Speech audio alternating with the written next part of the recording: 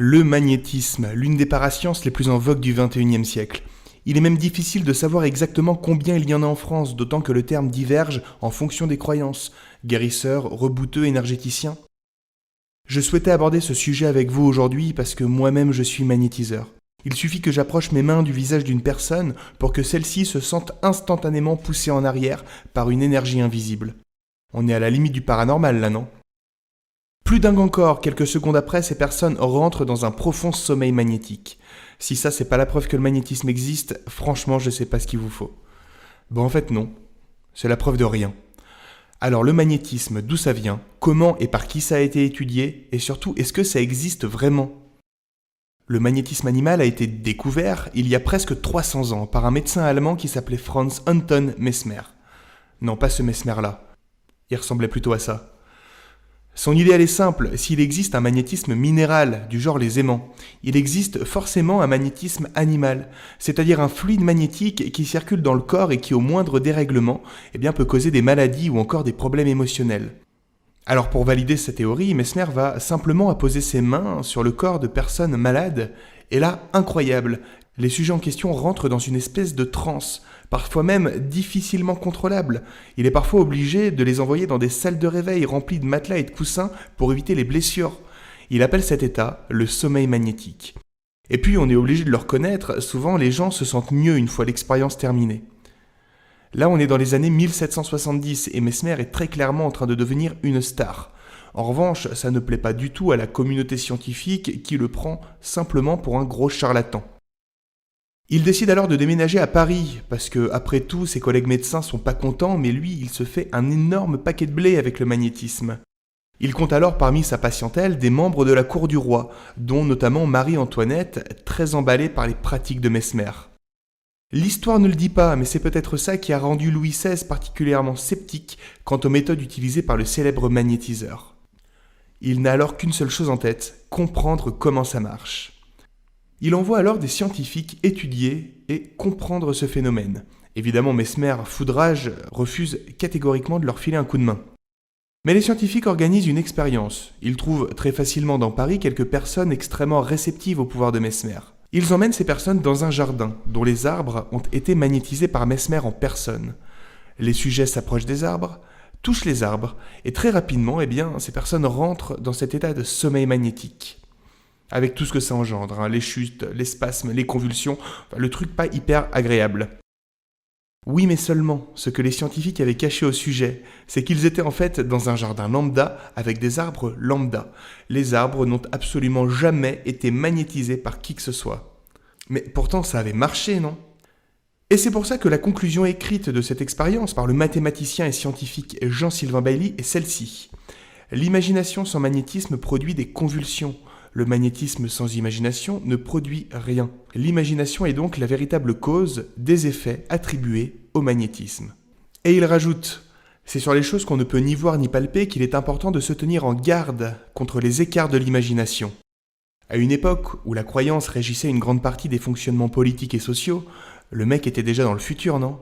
Bref, si Mesmer se plantait totalement sur ses théories, et même si à un moment le pognon a très probablement pris l'ascendant sur la logique et la science, on a quand même compris quelque chose d'incroyable. Juste à travers l'imaginaire, il est possible de modifier totalement nos comportements, nos réactions, nos ressentis, nos émotions. Il a donc fallu inventer une discipline qui pouvait donner potentiellement les mêmes résultats que le magnétisme, avec un meilleur contrôle de la transe, mais en épurant cette discipline d'un maximum de ses croyances. Et cette discipline, on l'a appelée l'hypnose. Bon, ça a pris 150 ans derrière pour donner des résultats, mais il faut un début à tout. Donc, il y a plus de 250 ans, on a compris et démystifié le magnétisme. Alors pourquoi passer les années 2000, il y en a encore autant ? Depuis toujours, quand les gens ne comprennent pas un phénomène, ils s'orientent vers la croyance. Le magnétisme, soit on y croit, soit on n'y croit pas. Et plus on y croit, et mieux ça marche. Mais pourquoi ça marche ? En 1, l'effet placebo. On va pas passer 15 jours dessus, vous connaissez l'effet placebo. C'est un phénomène thérapeutique qui a pour effet de produire un effet désiré ou une amélioration physique ou psychique, grâce à l'environnement, le conditionnement, la croyance, mais pas grâce à un médicament adapté. Le plus fou, c'est que ce n'est pas qu'une impression. Lorsqu'on regarde le cerveau d'un sujet qui prend un placebo, pensant prendre un antalgique, On peut visualiser l'activation des structures impliquées dans la perception de la douleur. C'est un phénomène efficace à partir du moment où le sujet prend conscience du fait qu'il est en train de se faire soigner. Mais alors pourquoi le magnétisme marche aussi sur les bébés et sur les animaux ? Ils ne sont pas censés avoir conscience de ça. Ce qui nous amène à un nouvel effet psychologique, l'effet Pygmalion, appelé aussi la prophétie autoréalisante. En 1968, le professeur et psychologue américain Robert Rosenthal décide de tenter une expérience sur ses propres élèves. Il sépare ses étudiants en deux groupes. Au premier groupe, il confie des souris sélectionnées totalement au hasard parmi plein d'autres. Au second groupe, il confie des souris soi-disant sélectionnées de manière très stricte en fonction de leur intelligence. La réalité, c'est que ces souris ont, dans les deux cas, été sélectionnées totalement au hasard. Après quelques semaines d'éducation et de dressage, les souris sont soumises à un test de labyrinthe. Et là, tenez-vous bien, les souris du second groupe ont eu de bien meilleurs résultats que les souris du premier groupe. Rosenthal a donc démontré que les croyances des étudiants ont inconsciemment modifié leur comportement vis-à-vis des souris. Pensant avoir des animaux plus intelligents que la moyenne, ils ont obtenu des résultats supérieurs à la moyenne. Rosenthal a par la suite refait cette expérience en remplaçant les souris par des enfants et les étudiants par des professeurs. Les résultats sont semblables. Les enfants considérés comme plus intelligents par les professeurs ont sensiblement amélioré leur quotient intellectuel à la fin de l'année scolaire. Vous comprenez alors comment le comportement des humains peuvent influencer les perceptions des animaux, idem pour les parents et leurs bébés. Mais tout ça finalement c'est très théorique, non ? Un magicien peut très bien avoir plusieurs techniques pour produire un même effet, genre une technique truquée et une technique vraiment magique. Ces mécanismes psychologiques ne sont peut-être que des méthodes alternatives au vrai magnétisme animal. Du coup, il faudrait étudier le magnétisme avec la méthode scientifique, afin de vérifier que les résultats sont extraordinaires. Et quand je dis extraordinaire, je veux simplement dire au-delà de l'ordinaire, c'est-à-dire au-delà des différents biais cognitifs connus et au-delà du hasard. En fait, c'est déjà fait. Par exemple, dans le cadre d'une émission de E égale M6, il était demandé à l'Observatoire zététique de Grenoble, c'est-à-dire un regroupement scientifique dont le travail est d'analyser les phénomènes paranormaux, d'étudier le cas d'un magnétiseur qui prétendait être capable de ressentir la présence d'un humain de par son fluide magnétique. Ils ont donc mis en place un protocole expérimental. Un paravent est placé devant le magnétiseur et un cobaye sélectionné par le magnétiseur lui-même pour sa soi-disant réceptivité vient se placer ou pas devant le paravent.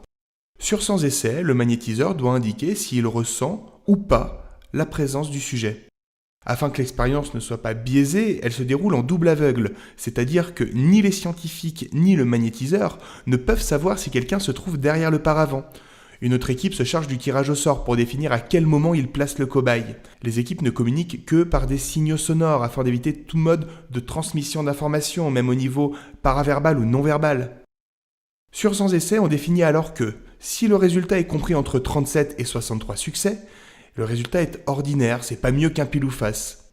Si nous sommes en dessous de 37 ou au-dessus de 63 succès, le résultat est potentiellement extraordinaire. Ces chiffres n'ont évidemment pas été sélectionnés au hasard, mais à partir d'une loi statistique appelée la courbe de Gauss.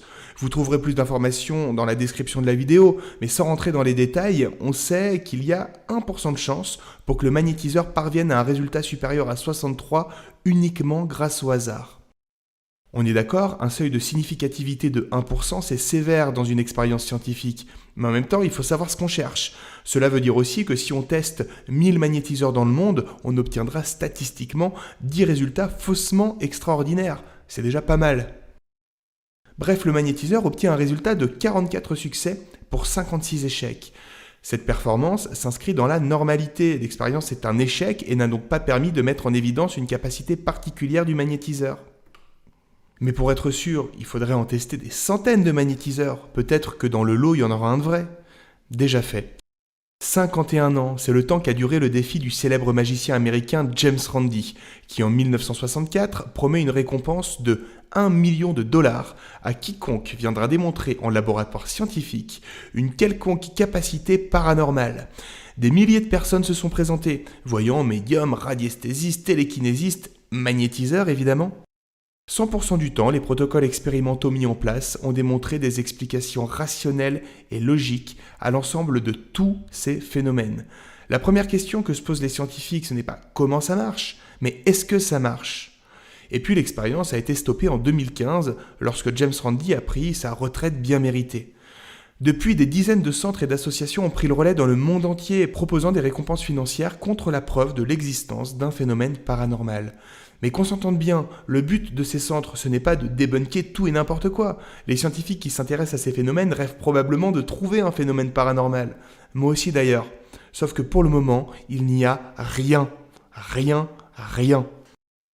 Alors évidemment que je n'ai rien contre les magnétiseurs, d'autant que pour la plupart ils sont clairement de bonne foi, ils croient profondément en leur pouvoir et ils veulent vraiment aider à travers ça.